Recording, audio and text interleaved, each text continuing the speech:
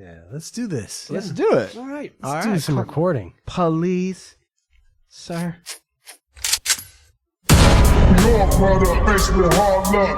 Faced with hard luck. Card shots, thieves, murderers with hard luck. Pimps and card shots, thieves, murderers with hard luck. Your brother, faced with hard luck. Faced with hard luck. Card shots, thieves, murderers with hard luck. Pimps and card shots, thieves, murderers with hard luck. Good morning and welcome to the Hard Luck Show. I'm your certified host, Steve Lucky Luciano. Sitting across from me is my co-host. Is Chumahan Bowen, American Indian, Southern Californian, elegant barbarian, here with Big Lux once again. And on audio, old Blue Eyes himself. Sean Lewis, certified audio professional, engineer for the Hard Luck Show. And we have King Salmon and Big Pick Mike here today. Right, gentlemen? What's up, fam? Of course. Hey! Schumann. Oh, listen. Can you lay a sound bed? I don't even know. But this guest, this is his third time. It's the Holy Trinity. Three. This is the third time. Holy Trinity of all great cannabis information and culture, style. A man who has the quintessential abilities and refinement to truly understand where cannabis is going, what being high is all about, all the multifarious ways of getting high. This man has put out gift guides for Christmas, for the weed lover or the cannabis consumer in your life. He has looked at the industry. He has researched history. He has done many, many, many articles that, I mean, have been in the running for the Pulitzer Prize multiple times. Come on. Right? No, listen, we know politics is involved, and that's why they're not picking it. I get that. Because you chose the heroic choice, Adam. You chose the heroic choice to be the voice of the people, cannabis culture for the LA Times, senior feature writer, Adam Tschorn. Fuck. That's a hell of a That fucking is a intro. warm introduction. I was laughing inside when Chumahan was saying it has done many. I thought he was going to say bong hits. Right. Well, that's too many to count. Yeah. Right. So, he's got resin caked on his hands. Right. Thank you for that very kind introduction. I'm super excited to be here. Yeah. I'm super excited to be here. When you said come back for a third time, I was like, wow. Hell yeah. I have not tired them out yet. So here I am. No. So let me ask you this. Last time we saw you was around Christmas time, right? Around late November, I think. Holiday, Yeah. right? There was a, dream. We were all dreaming of a white Christmas or whatever. And Adam came by and saw us twice at the same location at the other studio, correct? yeah, I think so. Yes. Yeah. Okay. Yes. Yeah. Because he was one of the first people to come in when we got in there. That's right. And it was by the lounge or whatever that was. It was down on Jefferson, I think. Yeah, was that Jefferson? I think it was, it's not Jefferson. West Adams. No, area, yeah, but it is was on on Jefferson. Jefferson. It is on Jefferson. Yeah. Oh, Blue Eyes is high. So Adam came in with an assortment of topics that we can talk about. There's definitely one that I think it's the video and everything else. I think is something that we'll want to look at. Oh, yeah. Oh, yeah. This is from Adam's. He's featured in the LA Times video blog and or articles on cannabis culture and style in the industry called The Green Room. The video series is called The Green Room. Yeah, it's a collaboration between me and some of the guys on the video team that we become really tight, and they get my point of view and they really approach it in a great way. So we've now done 2 seasons. Yeah, it's 2 seasons? I think, or How maybe many 3. episodes? Maybe 3. I don't. Is it like 22 episodes per season, like a sitcom? Like a sitcom. Next to the wacky neighbor. Right. Yeah, I cannot. You're so- I feel like we're in the third. We've done 3 rounds. I can't remember. They all kind of run together. Well, Yeah, they all because we shoot a involve bunch- cannabis smoking, so he's having a hard time recalling exactly how So we many. shoot a whole bunch, and then they get staggered when they get released. So that's why I lose track on that. I got it. Okay, but who's in charge of drawing the cartoon? I was looking at the Green Room, and I'm like, is that Dilbert? Like, who drew that? That's Cartoon Adam. Cartoon, it's like a kind of a cheerful, like happy kind of guy, no hair. Yeah, with glasses, and at least they didn't make the cartoon fat, which I liked. Right. So, well, there was a little artistic license with that. And he's always accompanied by a little animated cannabis nug that we call Nuggy Fresh. Nuggy Fresh. And very good. The original artist was one of my coworkers named Micah, and he had drawn the cartoon Adam and Nuggy Fresh to accompany illustrations to accompany a story that I'd written about minor cannabinoids and all the different ones and like that you didn't know about. And for example, the minor cannabinoid that's supposed to help you sleep, the Nuggy and cartoon Adam were napping, and if it was to help you control your hunger, right? It was like getting away from the food. So they ended up taking that cartoon that Micah created and using it as the basis for the animation. Did you have any editorial input on the design of cartoon Adam? Not at all. So when they presented it to you, what's it like? I had one guy draw a picture of me. Do you remember that guy? Yeah. Right? I'm like, good too. He was good, but I'm like, Jesus, am I that ugly? What the hell? I had a face that could stop a clock. What did you have a reaction like, what the hell? Where's my hair? It would not have been accurate. Right. If it had hair. Right. So, and I think, for each of those stories, they assign, an illustrator, artist person to create it, and they'll usually, say, hey, this is what I'm thinking. And they'll do a couple, send you a couple samples, for some stories that don't have, that it's not a picture of me or something. Yeah. They'll be like, this is what I'm thinking. And, like the one, I just did one about edible, like different ways to consume cannabis. And the lead illustration had different products. I was like, oh, you put the ranch flavored can of corn nuts in there. And I talked about the barbecue one. So, you tweak them, or if I go to make them accurate. Yeah, but as far as your look, you're like, look, that's me, the pants, the shirt, the hair. Big Lux, have you ever been animated? Has anyone ever made an animation of you? A little bit of animation, and then, yeah, a little bit of animation. I've seen. I have a couple pieces at home. Is that Supermax Image? I don't know. I'm asking you for the first time. I think that's how I might have wanted to look at one point in time back when I was young. Yeah. So that's a flavor of young, dangerous Big Lux on the back. Oh yeah. But I think in Cartoon did one. He's good at that. I think So, but I've never. Oh, you know what? What's Jesus, Instagram Jesus. Yeah. His brother did one of me. Right. Did a whole fucking animated, not animated. It was like a tattoo thing that he did on fake skin. Or right. Yeah, that was badass. dope. That was pretty dope. And then I seen a couple other ones that were kind of animated. So yeah, interesting. It's great, man. I find it flattering, and it's the ones I've seen really caught, likeness of me. But not in as big of a way as Adam is describing. This is we're talking about media over here. Yeah.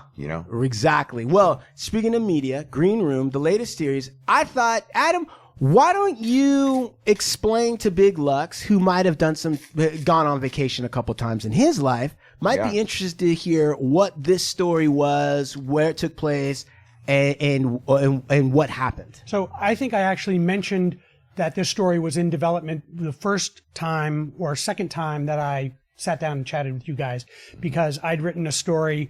We had done a video, and it was about the veterans working to have cannabis replace opiates as a treatment for pain and all that. And we'd published it, and someone jumped into my Twitter and said, hey, I'd really like for every one of these stories that you write one that mentions that there are people serving time in jail for cannabis crimes. And that kind of landed with me. And I mean, I don't think that I'm cavalier in the way I cover cannabis, but I feel there's this responsibility to find a way, and I write features, I don't cover like Metro or government or that kind of thing. Right.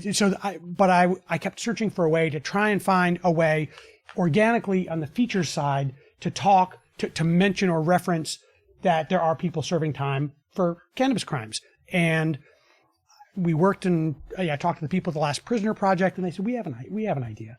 and they mentioned this place in Coalinga that used to be a prison that is now a pot farm and manufacturing facility for cannabis. And on top of that, the brand that it's a partnership between Ocean Grown Extracts and actually I think Cookies is involved with it because they have a package. It's packaged in evidence bags. Really? That look like police evidence bags. Really? And it says evidence. And it has like the cannabis in it, a package of rolling papers, maybe I think a lighter, and a portion of proceeds goes to fund the Last Prisoner Project, which helps get incarcerated people out of jail and support them while they're in there.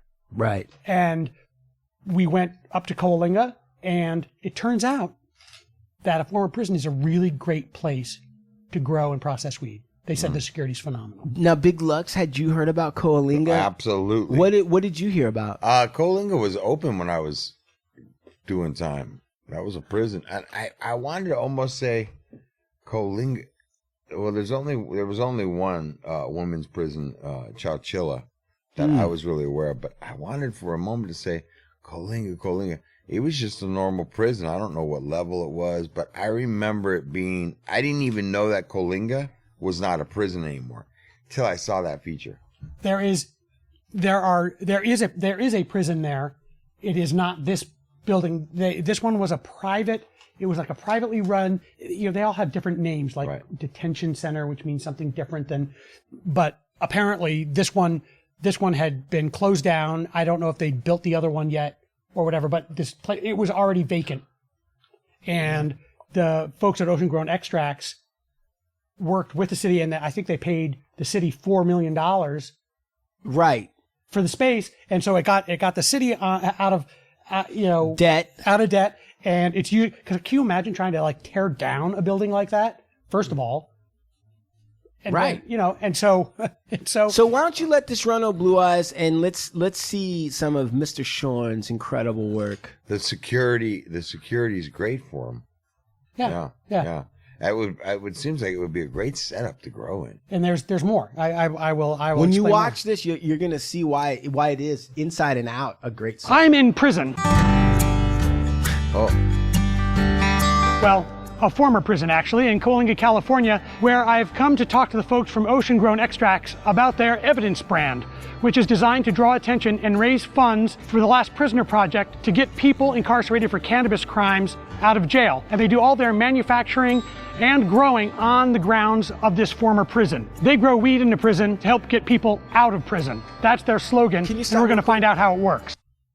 Adam, how do you guys get these shots that are up? Like this one right here, is this a drone? That's very funny that you should ask that, because yes, Mark has a drone. Okay. And the first thing he wanted to do was put that drone up in the air, and the guys at the facility were like, "You're not going to be able to do that because it's still zoned as a prison, and there's flight restrictions. Like you can't fly a drone over an airport." Oh, or a stop prison. that! No, Are you really? No. Like it will shut down. Apparently. Wasn't there like a story that that at one prison a drone flew in and dropped off like some drugs or something? Well, which is why exactly why you're not supposed to do that. Right. So in Panama it happened though. And was that Panama? The drone software has all these restrictions incorporated into it, so you're not supposed to be able to do it. And Mark was like, "You know what? We'll see." And he sent it up, and it worked. No problem. So they had a drone, so we got all these great drone shots too. In any of the prisons that you might have been at, Big Lux, were you working on a pot farm or anything like that? Inside? Hell no. All right, go ahead, please. I'm Adam Tschorn, and this is The Green Room, the Los Angeles Times video series focusing on cannabis, commerce, and culture in California. Yeah, Coalinga was $3.7 million in debt at the time. Mm-hmm. And so we scheduled a meeting with the city manager and the mayor at the time, and just said, this is who we are, we're a family business, this is what our intentions are, this is what we'd like to do. And they seemed open to it, and they said, and I asked, like, do you happen to have any properties? They said, we happen to have a place with great security. Hey, stop real quick. When you're doing an interview like that and they're filming, is there like one camera or is there two cameras? There's two cameras. Okay, and is that you really listening, or is that like a B-reel where they're like, hey, just stare at the wall and look like you're really listening? Were you actually listening, or was that cut in like network or whatever? Huh? Yeah. No, yeah. No, we're newspaper people. We're not going to like mess around and make it look like, like I asked a question.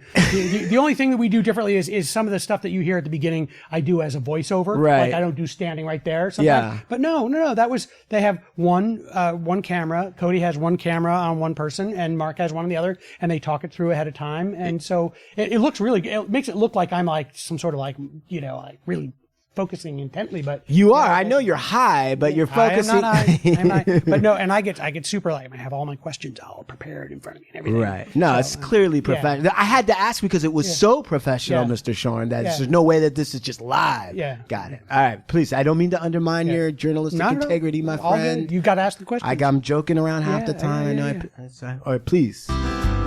We tried to take the existing space and utilize that to, like for instance, our distribution center, that intake center had these individual cells. So now those cells, instead of having those people waiting to be processed, there's our different packaging, of the different brands. Waiting to be processed, right? Yep. Yeah, actually packaged and ready to go out the door. Okay. So the door that used to bring them in is the one that we now use to have our product exit through. Was this part of the prison grounds? This is where the prisoners they had their own garden. There used to be a greenhouse right out here. There was like basketball courts and a little workout facility, like bench press. Now, what used to be that is filled with how many acres? 7 acres of canopy. Canopy means like sort of the green space, right? It's a 15-acre parcel, but because of the rows and the driveway and everything, we've got 7 acres of actual plant. What's the yield out of this space that Ocean Grown Extracts has planted? It varies annually, probably 30 to 50,000 pounds. This is a solitary confinement. Look at this. Does that look familiar, Big Lux? Oh yeah, all that. And now it's repurposed for, you see the conveyor belt here, which is we use for trimming. Trimming weed. So quite a difference from where people used to lay their head and serve time for, cannabis, and now here, just right exactly where they were. Right. How many prisoners did this hold? Did they have? I believe it was around 600 was the typical amount, and so they have the building's like a butterfly. There's 3 buildings that are about 26,000 square feet. And so each. from here, we're in the middle. Okay. And then you have a prison yard and another building, a prison yard and another building.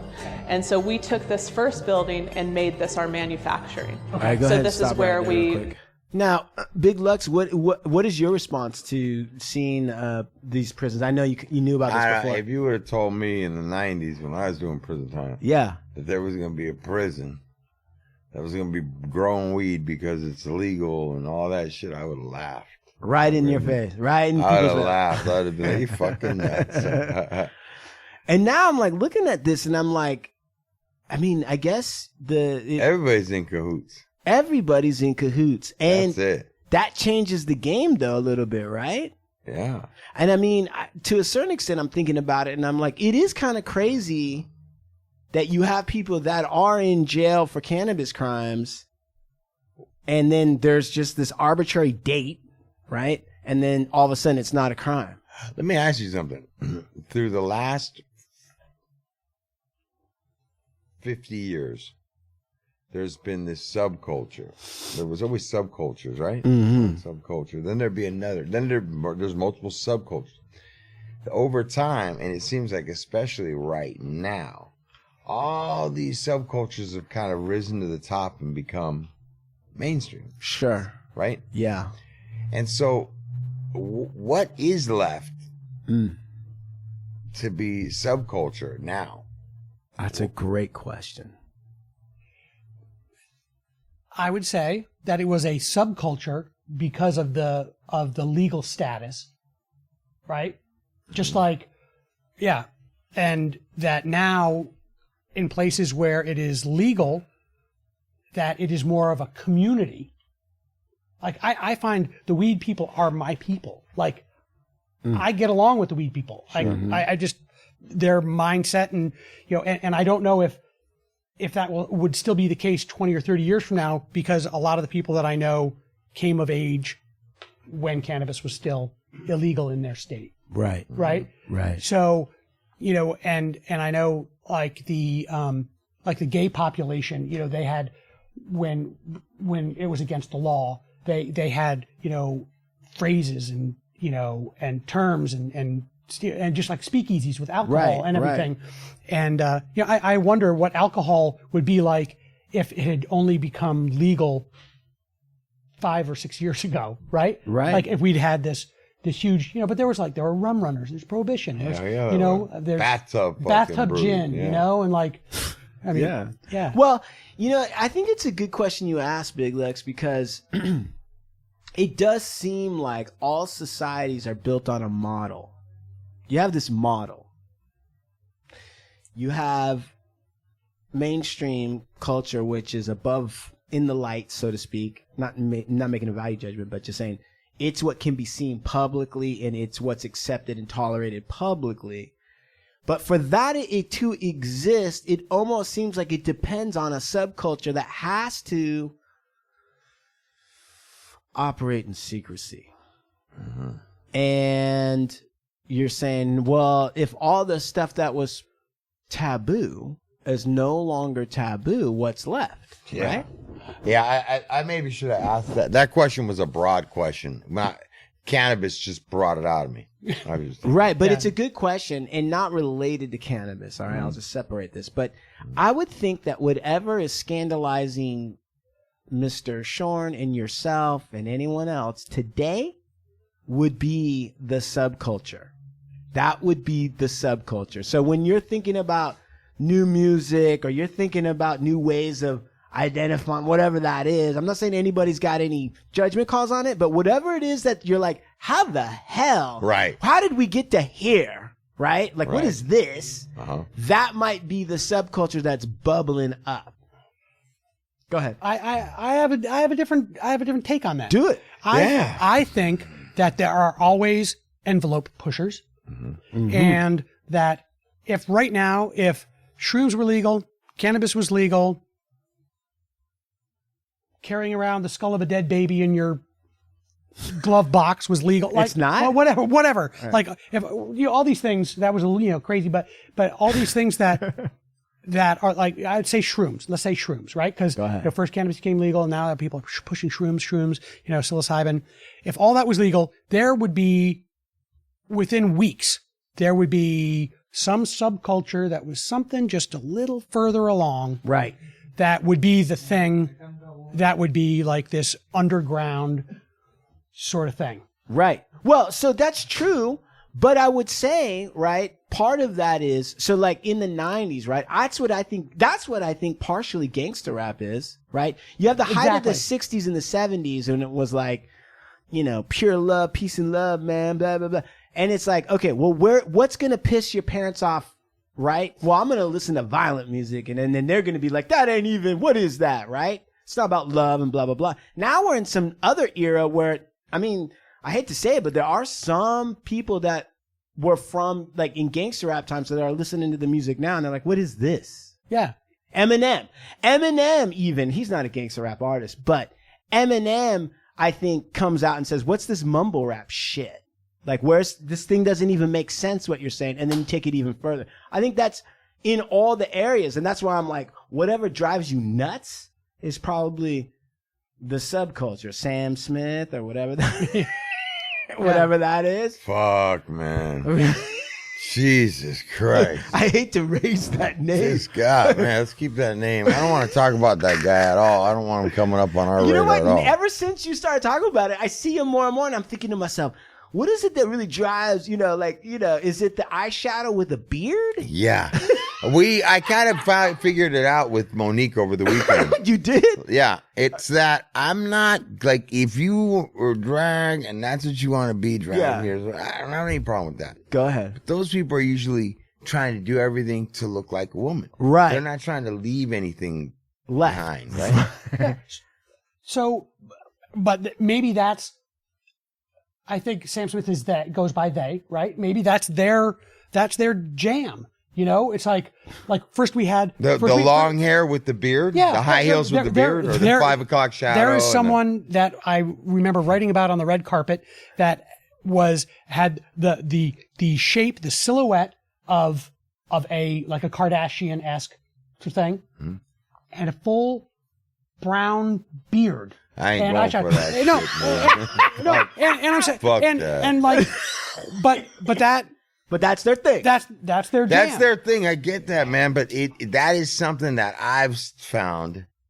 It really fucking just it's too much. It's too much. It's too much because I think that visually, I mean, because there's a lot of kids seeing that and stuff, and I'm like, it's confusing. Like, now I'm not saying that they were the ones that are wrong. Who created the idea to shave your legs and to do this? I don't want to go down that path, but it's very much like, if you want to be this gender, okay, cool. I have gay friends. I have trans friends. But they're kind of on the page of where they want to be a woman and they used to be a man, and I vice versa, guys. You know, but they've chosen like a clear path, and I feel like I know where I am in relationship to it. I know how to gauge it. Yeah. But when somebody's doing that, where they're just like crossing it all up, big hoop earrings, fucking beard, high heels. Yeah, so it's what it sounds like is with tits. I think it's crazy. It starts looking to me like, I'm sorry. Yeah, no, I think that it's because if I had a full beard and I shaved half my beard off, it would look weird. Yeah, right. It would be visually arresting. And I know, like, there's someone on the feature staff who prefers the they them pronouns. Right. And it was difficult for me at first. It's like you to make the adjustment to trip over. And you're worried about it, and I'm like, well, shouldn't this person, like, either you know, I kind of say, well, pick a lane, right? It's kind of where you were saying. Yeah. Pick a lane. But that's because I feel like I'm straight heterosexual all the way, and like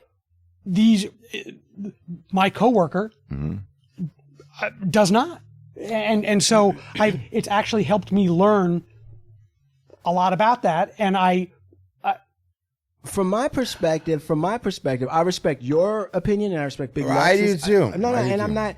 From my perspective, I don't think I get as tripped out about it for me personally. I'm just talking about personally, mainly because I hail from a culture where masculinity and femininity weren't really a big deal, and a lot of the things that the warriors wore, long hair, braids, jewelry, and all that stuff, in the same way, right, that certain African American cultures are able to wear earrings and stuff long before everyone else, mainly because it was part of their style. It was accepted, and it wasn't defined this way or that way. And so on that level, and look, my dad used to give me a hard time when I was growing up because I cried easily, right? Lone Wolf McQuaid, fucking Chuck Norris film where his German Shepherd got killed. I cried too, bro. Did you cry? Oh, hell yeah. Not only did I cry. Old Yeller. I cried at Old Yeller. I cried All at the Old Yeller Indian too. kids, I went there, they called me Nature Boy after that and clowned my ass for a long time. And my dad gave me a lot of shit about it because he's like, only girls cry. Right? Okay. I went through this whole process, right? At the end of the day, it didn't fucking matter. I'm a dad, I'm a husband, I got my daughter, blah, blah, blah, blah, blah, blah, blah. And when you have, so all of that to say, I can see where it's visually arresting. It's kind of like, and I'm not saying this for, and it's uncomfortable. It's for me, I don't know what to do with it. Yeah. Right. I don't know what to do with it. And in some ways, right, it's visually arresting, especially like you said, half a beard. Yeah. You would just notice that. When you see earrings or eyeliner or heavy makeup with a beard, and then it's followed up with heels and I'm like, wow, yeah, I don't know what to do with that. It does irritate me. Now, people say, usually when you have a problem or you find something that irritates you, they do say that. You find something in there in yourself, in them, right? Yeah. Well, in this case, I don't know if I'm finding anything myself in that. I just simply, I don't like it. Doesn't bother me. Right. It's confusing to me. It's confusing, and it doesn't go together the way that I've been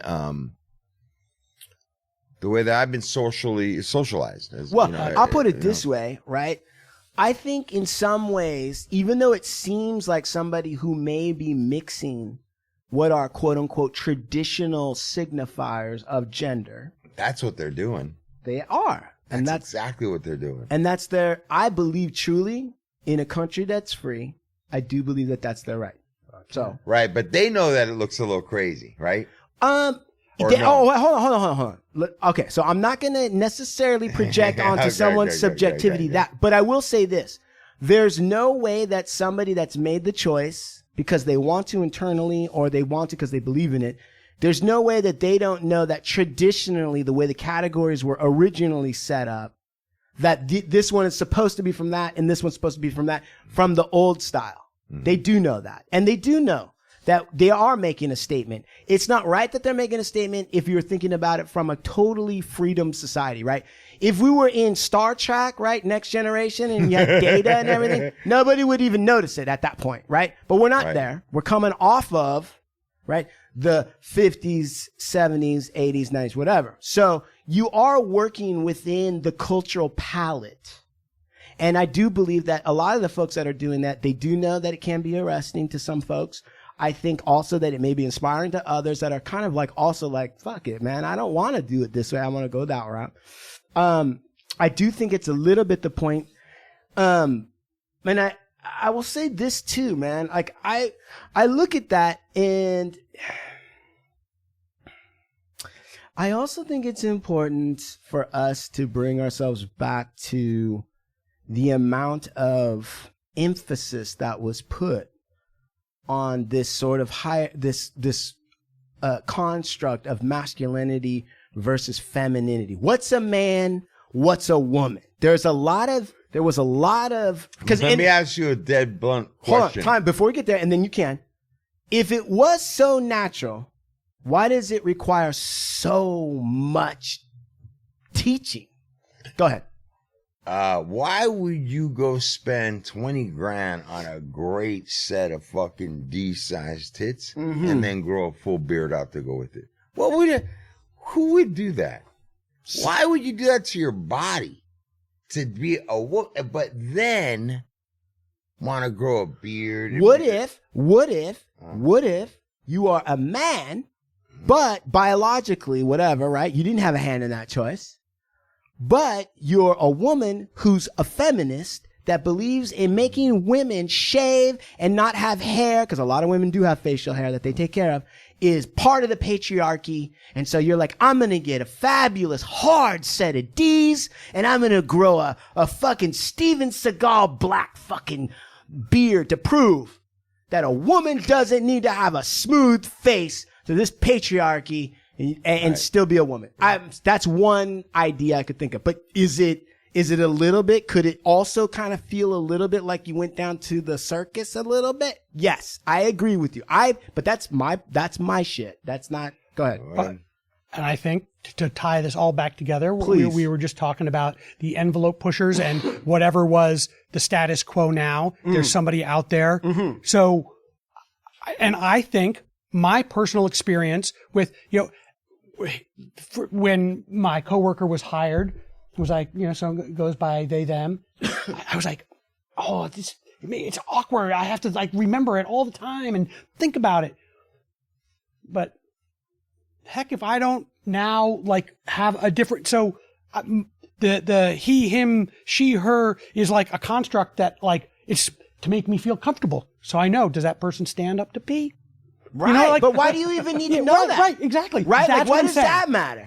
And I'll do even one bigger than that. So the envelope pusher, once this becomes acceptable, will be some traditional cis male person that's like, no, I'm smoking a pipe and I'm got wingtips and I fucking stand when I pee and I'm it'll be that, and that'll be like the wild. That'll be, I guarantee you, 100 years from now, people will be like, well, that dude's out of control.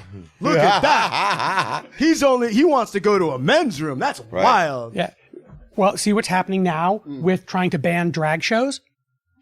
That's true. That was the whole expression of a man who dresses like a man who dresses like a woman. And now, like,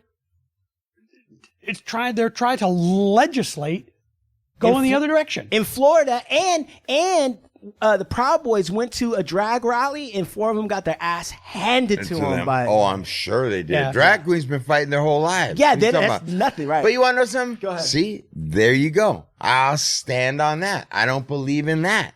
That's it's all freedoms, freedom to Sure. expression, freedom of speech. Sure. For some reason, like I just have a lot of people in my life from when I was a child that chose maybe alternate lifestyles, or so none of that is strange to me. It's never been awkward. What's been awkward is what I'm talking about. Yeah. Some things I've Do you never have seen kids? before. Do you have kids? Yeah. So what if one of your kids? No. No, Go ahead. no. Was the double D implants and beard? Would you not make every effort to try to understand? But it would be an effort. No, it wouldn't be. If it was my kid, I would have already somehow it would have been all right for me. Yeah, You would have Because had that. everything they do is somehow all right. It comes through that lens almost. And I'm not saying everything on the planet. I'm saying I can get over anything with my kids. Look at Jeffrey Dahmer's father came and visited right. him every weekend. Loved him. Right? Yeah. You're gonna love it. So with my kids, it don't matter. I'm gonna be able to. It's So different that with one's my actually a children. category out of the And- normal Yeah. category. And Sam Smith is somebody's kid. Like I'm just Right. No, you're right. so He is. Obviously. He is, and I'm still, I feel a little bit like the old guy in the room. That's like, what the hell are these? But that I just am.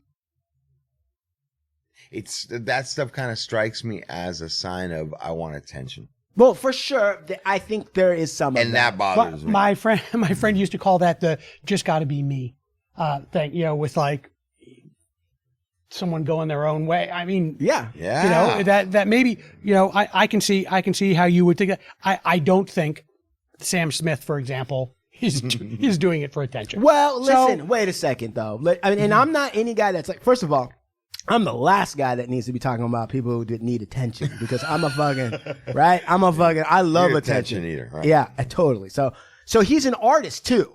So I'm not saying it's not genuine either, but also it's mixed up with that he's an artist and he's a performer. And performers and artists, if they don't get attention, if they're not carrying that message to a wider audience, if they're not doing that. So I think it's maybe complicated. I'm not saying it's so straightforward that that's just him and this. I don't know. I don't know him, but I am definitely think we would have to, in the same way that David Bowie, right? Played with some gender norms. Hell yeah, he right? did. Right? He had all of his kinds of things. Part of it was him as an artist expressing himself, but he's also a showman. Yeah. So I would imagine that somebody in Sam Smith's situation, that is him, but he's also a showman. Yeah. Right? Yeah. Hey, even with Bowie, there was even not a straight definitive line. That was Right. androgynous. Right. Which is almost still in the middle. But That's interesting. there was something about the way Bowie, because who's one of my biggest idols in the world? Bowie. I mean, he can do no wrong. But there was even stuff when you brought up Bowie that I remember, like, at the time when it came out, I was like, what the fuck? Yeah. But there was, I don't know. It's just, I don't know. It goes back a little bit to what I've gathered from my culture, from my culture of and being on the reservation and all that stuff. And that is, and it's not to minimize the gender struggles or the orientation struggles that people have had to deal with in Western society, but that maybe someone's gender, whatever it is, isn't their defining thing as a human.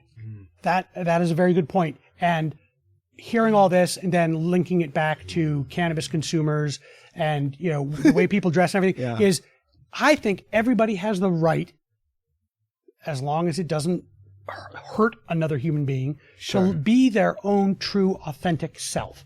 And Sure. I covered fashion for 13 years at the LA Times. That's true. I kept cycling this, cannabis memo around, and and now I'm like out of the cannabis closet. I am living my most authentic life, and the struggles that cannabis consumers, people who don't feel at home in their own body, assigned gender, etc. Everybody has the right, should have the right to live feel their true authentic self. And I mean, if someone told me that this plant that which they did for a long time, this plant that I love, that I can't consume it because it's bad. Why is it bad? Well, I don't know. It just makes us uncomfortable. So I think that was my attempt to bring those two things together. Right. I almost thought you were also the culture gender senior feature writer by the way that you were able to talk about this topic with such eloquence and balance and fairness. Yeah. I now want to turn you to another article that you wrote, which is about tripping out, but without drugs. What is that? How is that? What happened? So since I started writing about cannabis, again, we're talking about the envelope pushers, right? You start writing about cannabis, then everyone's like, hey, what about mushrooms? What about psilocybin? What about tripping? Microdosing is really big right now. Is that true that it was Rupert Murdoch that was asking you those questions? Yeah. No. Okay. Go ahead, no, it was people. I was getting pitches. Right. It's like once you start writing about something, people start sending you pitches. Right. And microdosing, and then I would run into people, and they'd be like, you'd be at a party and they'd be like, yeah, we just got done back from a microdosing retreat in Ojai or whatever. And be like, right. And I'd be like, what is that like? Because as I said before the show started, I've done macrodosing. I've done mushrooms. I know what doing mushrooms is, but I don't. And I knew that the paper, because it's still illegal in California, it's hard enough to with the smoking of cannabis. Right. But there was no way I was going to get a pass to experiment, try the microdosing retreat or whatever. But I kind of wanted to know what everybody was up to. And someone sent me this thing saying that they'd been to this place called the Reality Center in Santa Monica, and you got to try it. It's tripping without drugs. And so I looked up the website and. Wait, slow down. It's called the Reality Center in Santa Monica. Big Lutz, have you heard about that? Yeah, I think they also do medicated stuff as well. They do not. They don't? Not that I'm aware of. No, Okay. no. Right. Okay, so you go to this center, Santa Monica, and then what happens? It's kind of set up almost like part yoga studio, part techno. They have like all this computer equipment like you guys have. Right. And like the Death Star. And it's based on a theory. I forget, it's right off the top of my head, I can't remember it. But that our bodies want to be in harmony, in that by combining sound, visual stimulation, and vibration, and syncing them together can create a digital psychedelic type experience. And at first I called bullshit. I was like, really? I mean, right. Like I've been to a light show where they played Zeppelin. Yeah, dude. It's right? not, what are you talking about? Yeah. Right. And so I signed up, and I said to my bosses, I'm like, it's $249 for an hour. And like first timers, you get like, $50 off or whatever. And they're like, yeah, just only do an hour.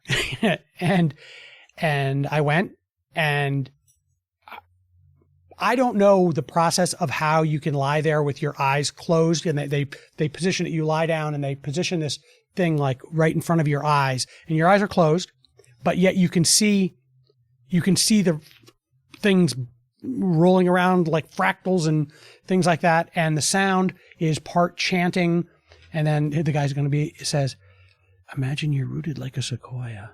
You're growing, your roots are deep. You're kicking at a fire, and you're kicking up embers.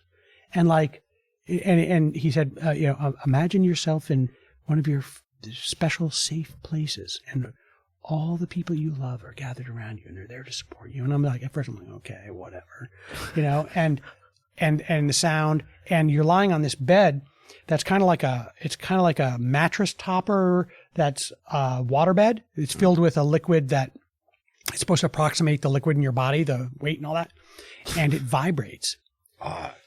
And I've been to that hotel. Yeah, and I'm having this hard time at the time because I'm trying to keep my reporter brain on, right? I'm like, I don't have my notepad. Usually I'd like turn on, my notes or whatever, but I can't really do that.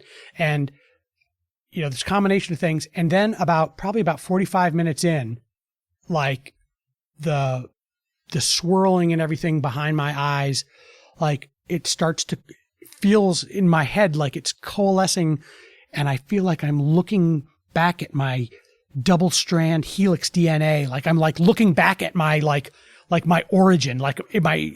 And they say there's this thing when you do psychedelics called ego death, where you realize that like I'm nothing, I'm a speck of dust, but at the same time you're not unhappy about that. Right. You're It's like freeing. it is totally fine. I'm totally fine. And I felt like, and there was like crashing ocean sounds, and the bed was vibrating, and I felt like someone was like sifting sand. I was being sifted like sand onto the beach, like just falling into pieces. And I admit, and I said so in my story, that there could have very much been a placebo effect of this is supposed to be this way, it's supposed to make me feel this way. Yeah, but you were fighting it. Yeah. So I didn't, and of course at the end he was like, yeah, you should come back for, just like when you get a massage, you should come back and do, a couple more.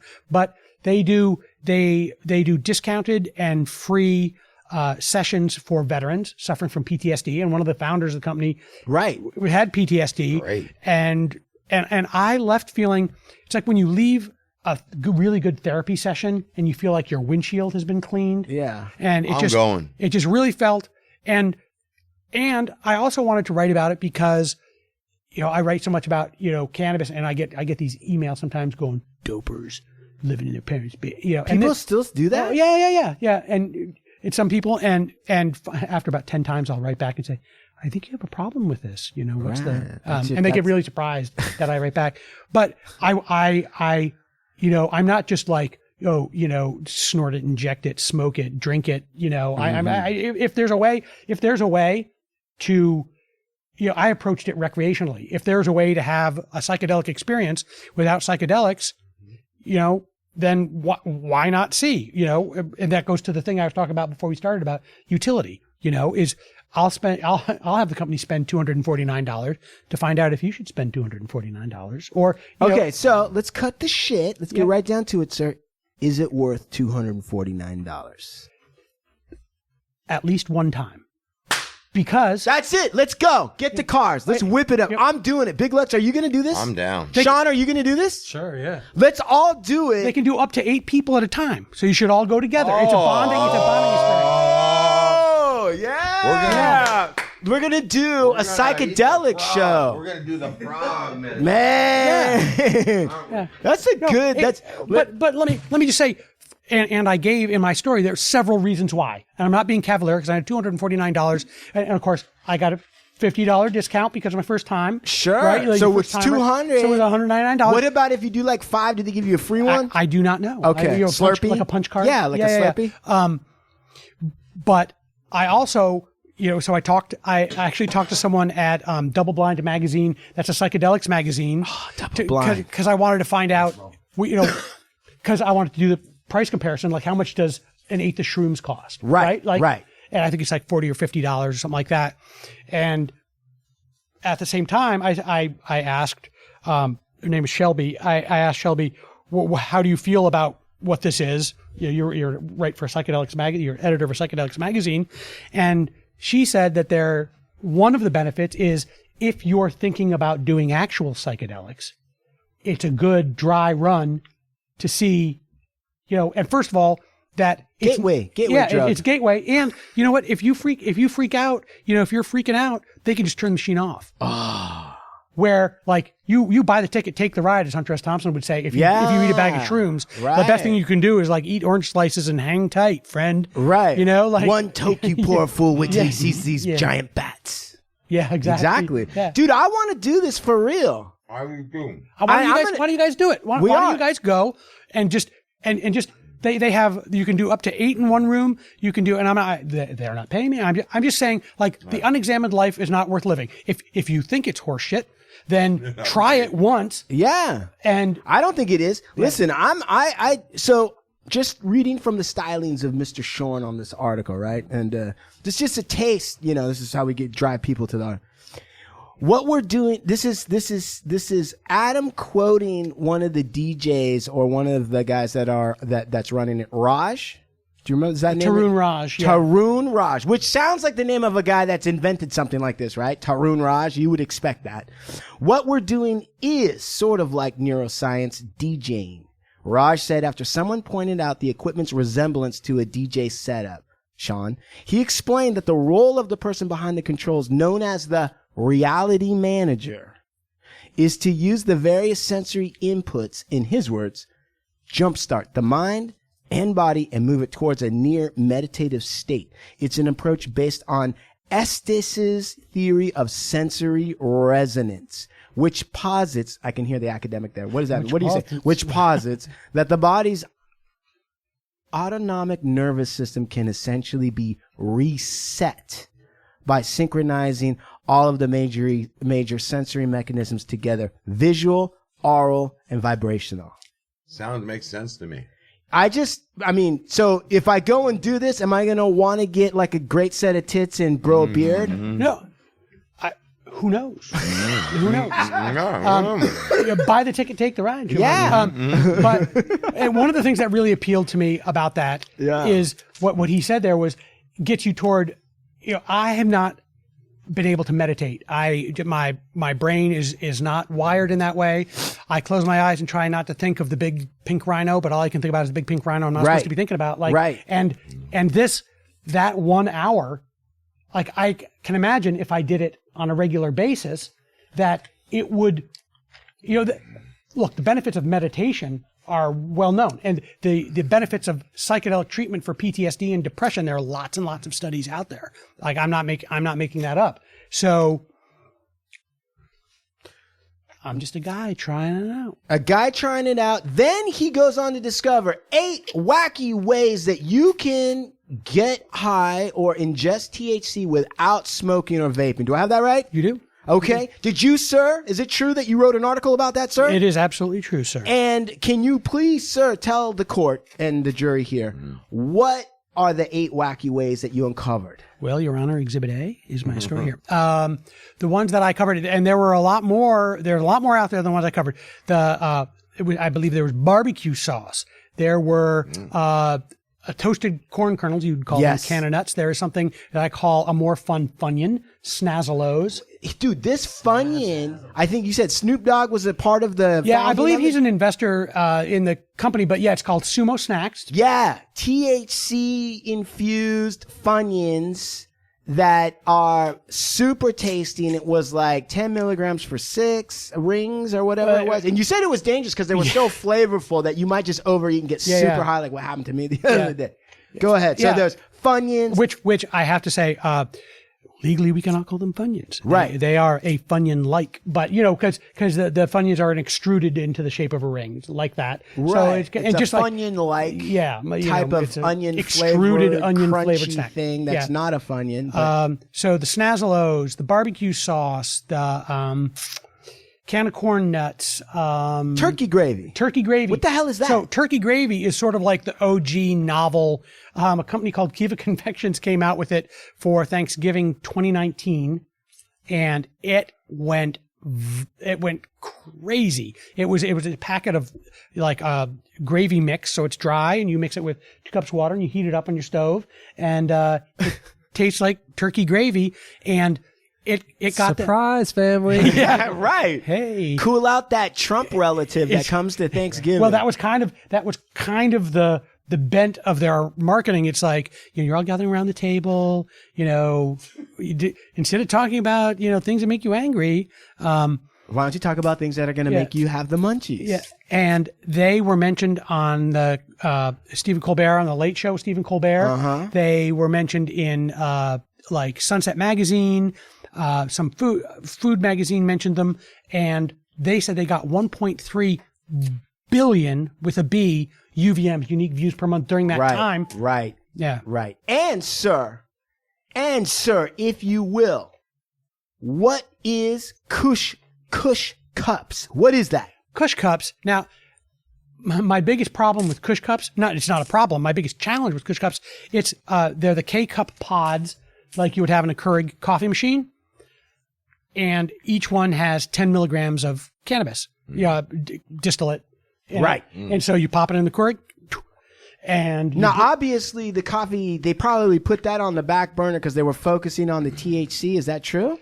You're drawing me out on this one. No, it would have been really easy for them to phone it in. The surprising part was that it was actually really good coffee.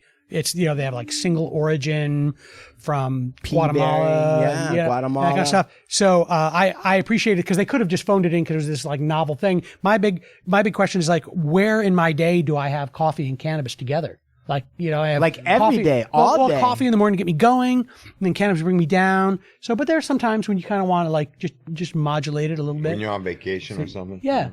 So when you go and you sit down and have some reality manager doing something. Before we get to that, one last one. Straw. Well, important to the show, cannabis dip. What is that? You mean like cha? Yeah, Canadips. And it was, so my whole point was not just, Look at Sean. I wanted to, you got Sean's attention. I wanted to write boy. about, like everybody knows about cannabis beverages and they know about candy. So these were different ways. And this company called Canadips has little pouches that you put it, and I used to dip Skull when I was in high school. And I got the mint flavored Canadips, and I felt like I was having a flashback nicotine, like no nicotine, just cannabis. There's either 10 or 25 milligram, I think. Yeah. And you put it in between your they call it in, if it's under your tongue, it's sublingual. If it's in your cheek, they call it buccal, buccal, buccal. Buccal.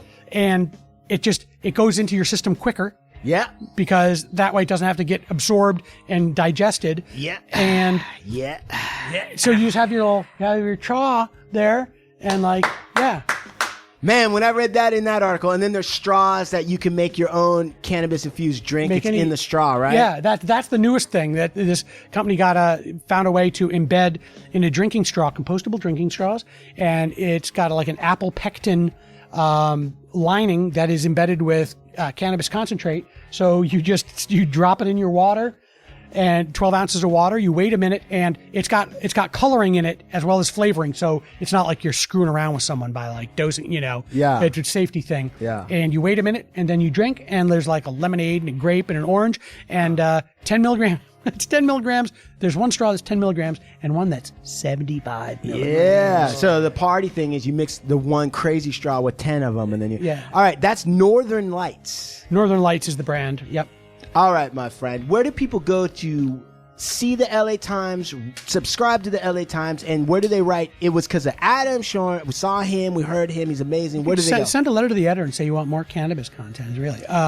But it's latimes.com /topics or topic or topics. Right. We went through a lot. I can't remember. /cannabis. Yeah, in the parking lot. And you'll see all the cannabis stuff. And what about on Instagram? Does anyone need to go to Instagram to see you there?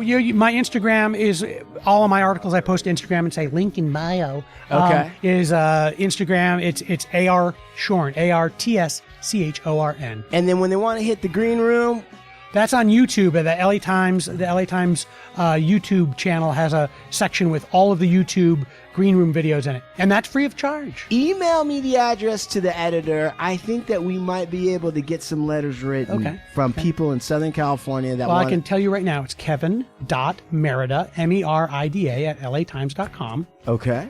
So, and just know, I don't know.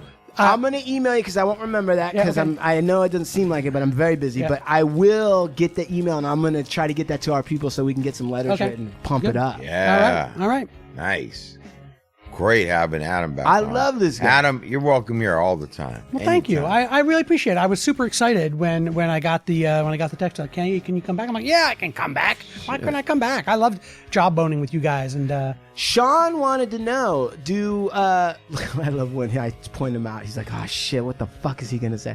Sean wanted to know if reporters nowadays are encouraged to go out to social media or podcasts to try to get the word out about the articles. Is that something that they... Well, yeah. I mean, the more meet people where they are, the more points of contact that you can have. And, the people who watch us on YouTube aren't necessarily the people who read the online of the LA Times. And it's really interesting when I write something and it gets published online first, and then it goes, it might print if the feature stuff is a little more evergreen.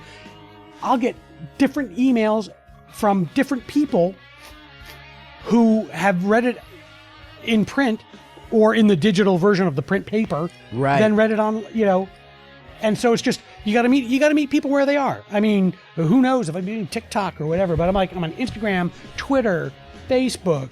Speaking of meeting people where they are, where are we, Big Lux? Who is a friend of the show? What should we know about?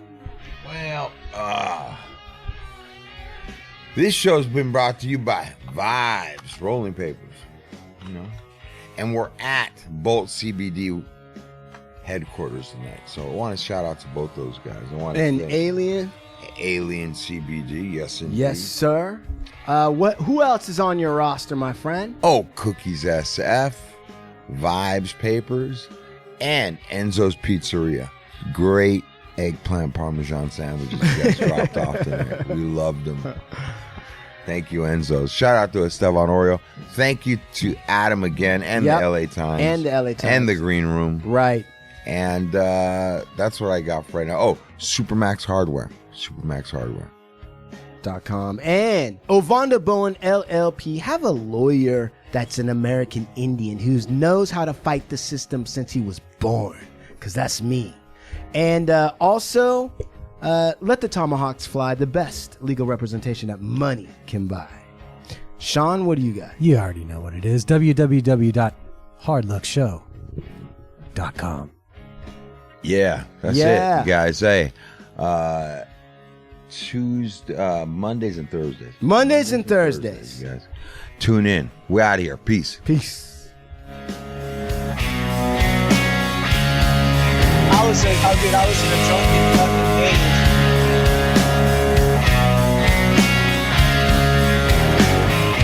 I am vigilant because that's the way my program is today. You know what I'm saying? Hey, today I'm cool. Because I've been real quiet this time listening.